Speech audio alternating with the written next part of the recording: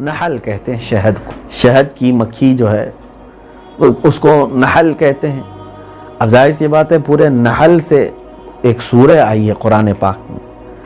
اب یہاں پر اللہ تبارک و تعالیٰ نے اپنے عجائبات، قدرت کے مشاہدات کو واضح طور پر بیان فرمایا۔ پوری سورہ اگر آپ پڑھ جائیں، اللہ تعالیٰ نے ان کمالات کا تذکرہ فرمایا اور بار بار یہ فرمایا ان فی ذالک لآیۃ لقوم یتفکرون، ان فی ذالک لآیۃ لقوم یعقلون، ان فی ذالک لآیات لقوم یذکرون۔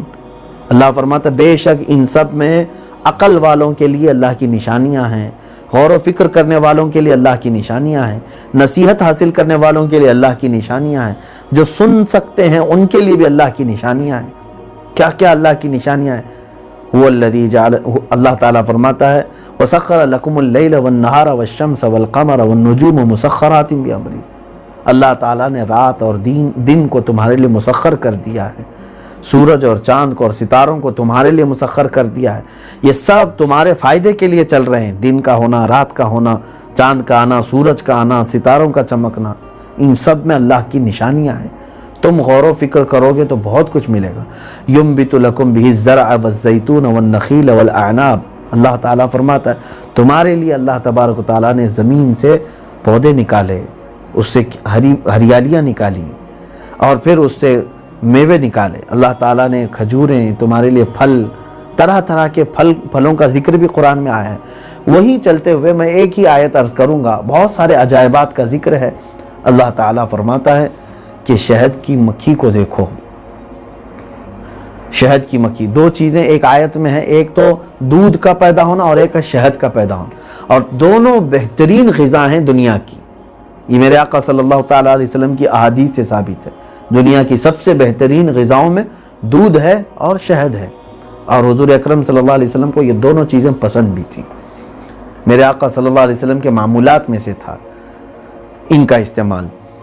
دودھ کا طریقہ کار کہ آتا کیسے ہے دودھ اور شہد نکلتا کیسے ہے، دونوں کا تذکرہ ایک آیت میں اللہ تعالیٰ نے فرمایا۔ اللہ فرماتا من بین فرث و دم لبنا خالصا سائغا للشاربین، گائے کے اندر یا بھینس کے اندر یا جس کو بکری سمجھ لیں، جو دودھ نکلتا ہے اس کی جو غلاظت ہے گوبر ہے، وہ جو اپنا کھانا ہضم کرتی ہے اس کے بعد اس کا فضلہ نکلتا ہے، اس کے گوبر کے درمیان فرث کہتے ہیں گوبر کو، وہ دمن اور خون ہے، ایک طرف خون ہے اور ایک طرف اس کا گوبر ہے، اور قرآن پاک میں اس کا ذکر ہے من بین فرث و دمن، خون اور گوبر کے درمیان میں سے لبنن خالصا، اللہ بالکل پیور دودھ نکالتا ہے، سائغا للشاربین، پینے والوں کے لیے جو ان کو سیراب کر دے اور شفا دے دے۔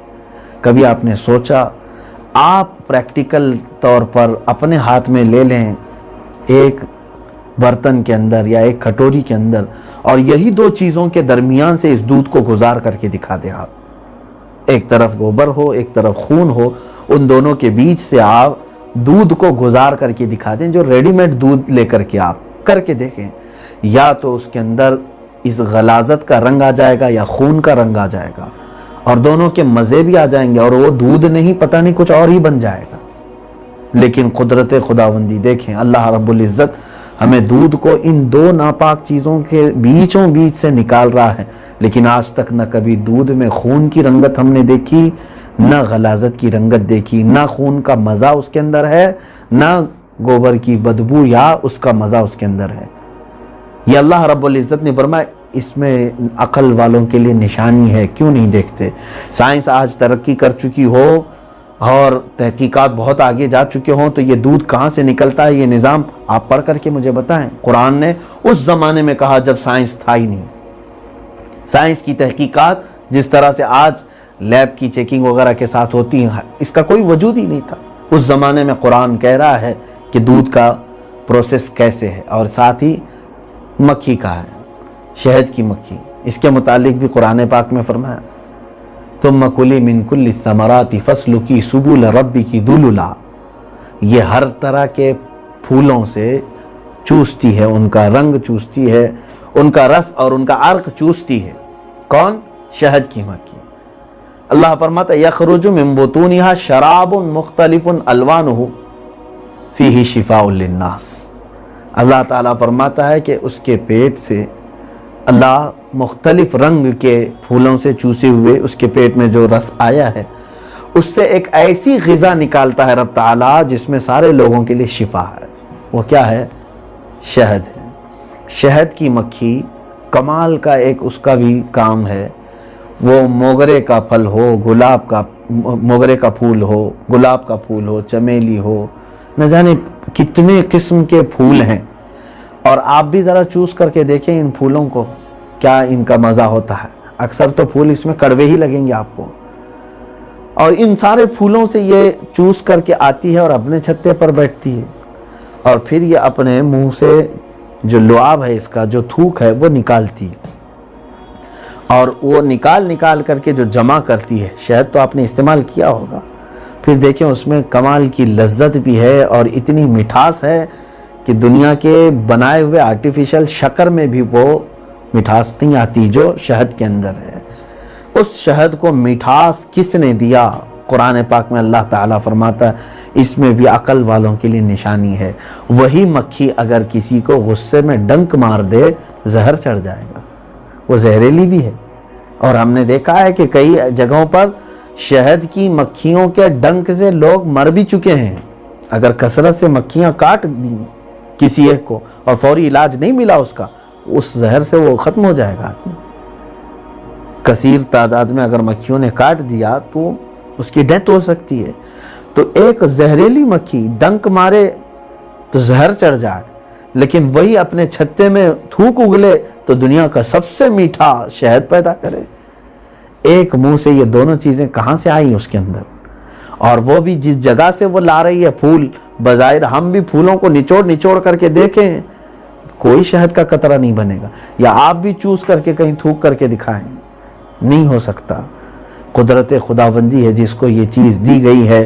اللہ رب العزت نے فرمایا کہ اس میں عقل والوں کے لیے نشانی ہے. اب ہم اگر قرآن کی ان آیتوں سے ہٹ کر احادیث کریمہ کی طرف دیکھیں تو ہمیں کچھ روایات یہ بھی ملتی ہیں کہ مکھی کے اس تھوک کے اندر اتنی لذت اور اتنی مٹھاس کیسے آتی ہے. تو فرمایا گیا کہ جب پھولوں سے رس چوس کر اپنے چھتے تک جاتی ہے تو اس درمیان میں وہ میرے آقا صلی اللہ علیہ وسلم پر درود بھیجتی ہے. اتنا جو اس کا سفر ہے، اس درمیان وہ رسول کریم صلی اللہ تعالیٰ علیہ وسلم پر درود بھیجتی ہے، اور اللہ تعالیٰ اس کی برکت سے اس میں مٹھاس پیدا کرتا ہے. اللہ کریم ہماری زبانوں کو بھی میٹھی کر دے. یقیناً جو زہریلی زبان رکھتے ہیں کہ کھولیں تو نہ جانے کتنوں کے دل چھلنی ہو جائیں. بہتوں کے ہیں اس طرح کے، زبان کھولتے ہی یہ ہیں تو کچھ نہ کچھ سخت و شست کہتے ہیں، کڑوی باتیں کرنے کے عادی ہوتے ہیں، طعن و تشنیع کرنے کے عادی ہوتے ہیں. لوگوں کو چاہیے کہ کثرت سے درود پاک کو اپنا ورد بنا لیں. اللہ تبارک و تعالی زبان کی سختیوں کو اور غلاظتوں کو انشاءاللہ پاک کر دے گا.